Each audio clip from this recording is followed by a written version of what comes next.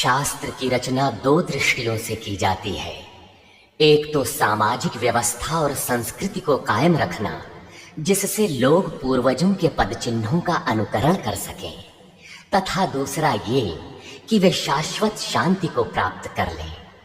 Ramcharitmanas, Bible, Quran इत्यादि में दोनों पक्षों का समावेश है, किंतु भौतिक दृष्टि प्रधान होने के कारण मनुष्य समाजोपयोगी व्यवस्था को ही पकड़ पाता है। आध्यात्मिक सूक्तियों को भी वो सामाजिक व्यवस्था के ही संदर्भ में देखने लगता है। कहता है कि ऐसा तो शास्त्र में लिखा है। इसीलिए वेद व्यास ने दोनों के लिए एक ही ग्रंथ महाभारत लिखते हुए भी आध्यात्मिक क्रिया का संकलन गीता के रूप में अलग से किया, जिससे कि लोग इस मूल कल्याण पथ में भ्रांति का मिश्रण न कर सके। उन्हीं आध्यात्मिक मूल्यों के साथ प्रस्तुत है गीता का दिव्य संदेश।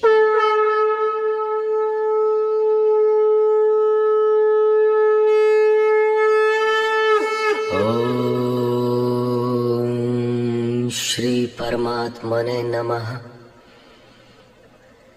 यथार्थ गीता, श्रीमद् भगवद गीता, अथ तृतीयो अध्यायः। अध्याय 2 में भगवान श्री कृष्ण ने बताया कि ये बुद्धि तेरे लिए ज्ञान मार्ग के विषय में कही गई। कौन सी बुद्धि? यही कि युद्ध कर, जीतोगे तो महामहिम की स्थिति प्राप्त कर लोगे और हारोगे तो देवत्व है।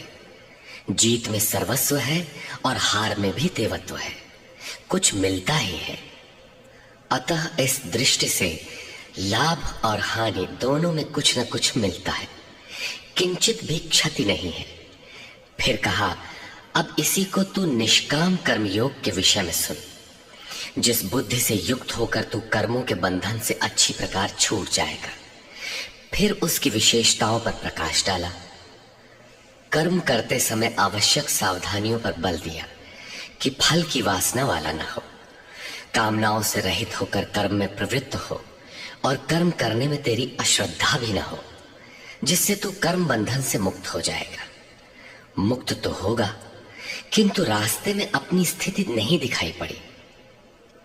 अतः अर्जुन को निष्काम कर्मयोग की अपेक्षा ज्ञान मार्ग सरल और प्राप्ति वाला प्रतीत हुआ।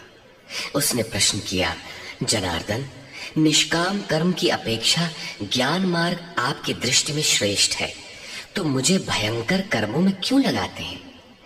प्रश्न स्वाभाविक था। मान लें एक ही स्थान पर जाने के दो रास्ते हैं। यदि आपको वास्तव में जाना है तो आप अवश्य प्रश्न करेंगे कि इनमें सुगम कौन है। यदि नहीं करते तो आप पथिक नहीं। ठीक इसी प्रकार अर्जुन ने भी प्रश्न रखा। अर्जुन उवाच,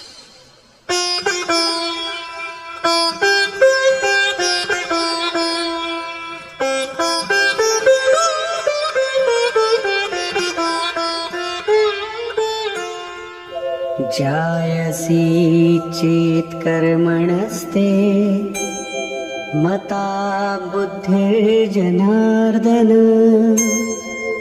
तत्किं कर्मणि घोरे मां नियोजयसि केशव।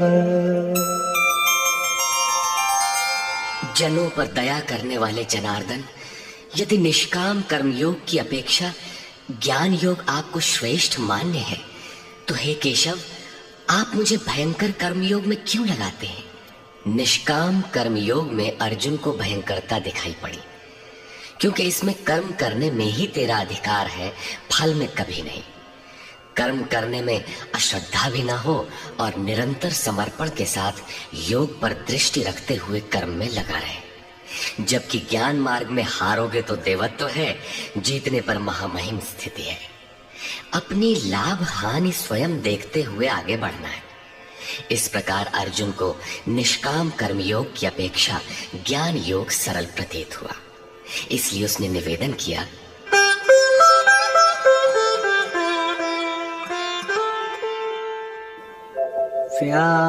व्यामिश्रेणेव वाक्येन बुद्धिं मोहयसीव मे तदेकं वद निश्चित्य येन श्रेयोऽहमाप्नुयाम्।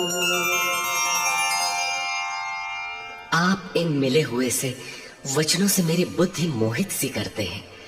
आप तो मेरी बुद्धि का मोह दूर करने में प्रवृत्त हुए हैं, अतः इनमें से एक निश्चय करके कहिए जिससे मैं श्रेय परम कल्याण मोक्ष को प्राप्त हो जाऊं। इस पर श्री कृष्ण ने कहा,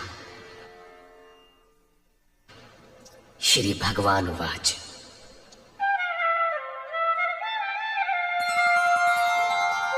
लोकेऽस्मिन् द्विविधा निष्ठा पुरा प्रोक्ता मया नघ ज्ञानयोगेन साङ्ख्यानां कर्मयोगेन योगिनाम्। निष्पाप अर्जुन, इस संसार में सत्य शोध की दो धाराएं मेरे द्वारा पहले कही गई हैं। पहले का तात्पर्य कभी सत्य युग या त्रेता में नहीं, बल्कि अभी जिसे दूसरे अध्याय में कह आए हैं। ज्ञानियों के लिए ज्ञान मार्ग और योगियों के लिए निष्काम कर्म योग बताया गया है। दोनों ही मार्गों के अनुसार कर्म तो करना ही पड़ेगा, कर्म अनिवार्य है।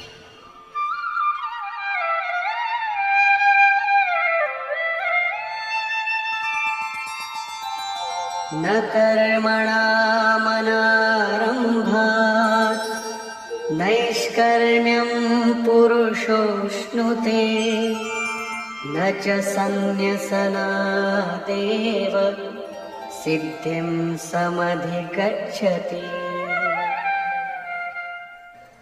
अर्जुन, मनुष्य न तो कर्मों को न आरंभ करने से निष्कर्मता की अंतिम स्थिति को प्राप्त होता है और न आरंभ की हुई क्रिया को त्यागने मात्र से भगवत प्राप्ति रूपी परम सिद्धि को ही प्राप्त होता है।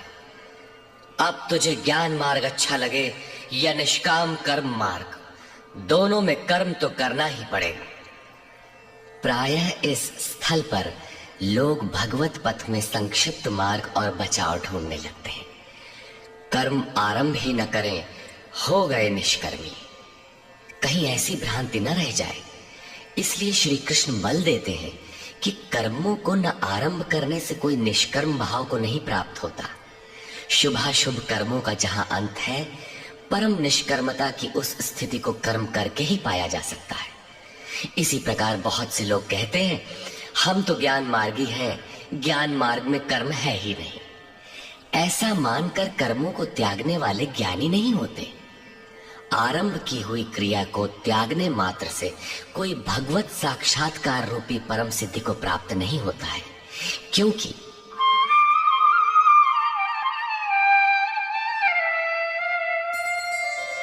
न हि कश्चित् क्षणमपि जातु तिष्ठत्य कर्मकृत् कार्यते ह्यवशः कर्म सर्वः प्रकृतिजैर्गुणैः।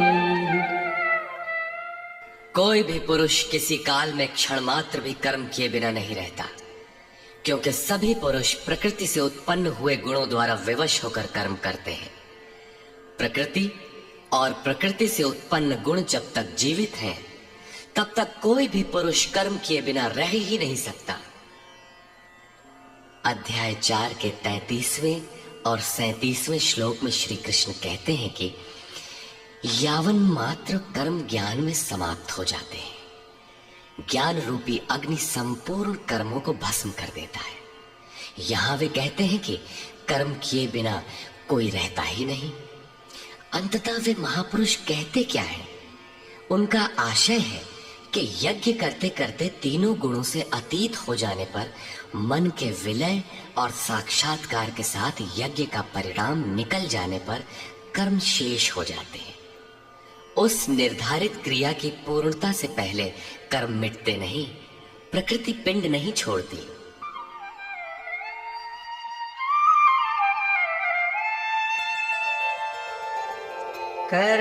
कर्मेन्द्रियाणि संयम्य य आस्ते मनसा स्मरन् इन्द्रियार्थान् विमूढात्मा मिथ्याचार स उच्यते।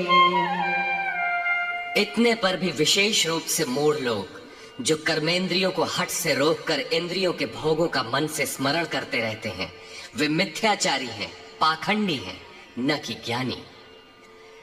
सिद्ध है कि कृष्ण काल में भी ऐसी रूढ़ियां थीं। लोग करने योग्य क्रिया को छोड़कर इंद्रियों को हठ से रोककर बैठ जाते थे और कहने लगते थे कि मैं ज्ञानी हूं, पूर्ण हूं। किंतु श्री कृष्ण कहते हैं कि वे धूर्त हैं। ज्ञान मार्ग अच्छा लगे या निष्काम कर्म योग, दोनों ही मार्गों में कर्म तो करना ही पड़ेगा।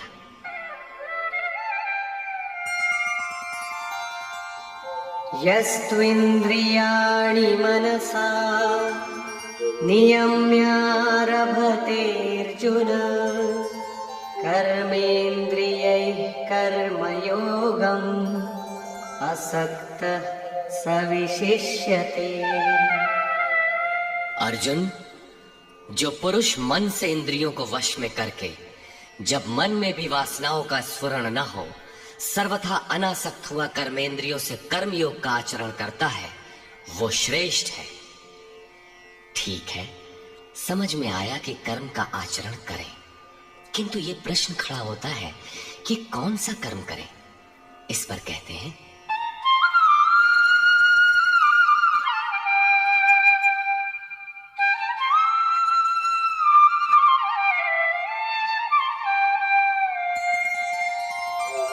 नियतं कुरु कर्म त्वं कर्मजायो ह्यकर्मणः शरीरयात्रापि च ते न प्रसिद्ध्येद कर्मणः। अर्जुन, तू निर्धारित किए हुए कर्म को कर, अर्थात कर्म तो बहुत से हैं, उनमें से कोई एक चुना हुआ है, उसी नियत कर्म को कर। कर्म न करने की अपेक्षा कर्म करना ही श्रेष्ठ है, इसलिए कि करते रहोगे, थोड़ी भी दूरी तय कर लोगे तो जैसा पीछे बता आए हैं, महान जन्म मरण के भय से उद्धार करने वाला है, इसलिए श्रेष्ठ है। कर्म न करने से तेरी शरीर यात्रा भी सिद्ध नहीं होगी। शरीर यात्रा का अर्थ लोग कहते हैं शरीर निर्वाह। कैसा शरीर निर्वाह?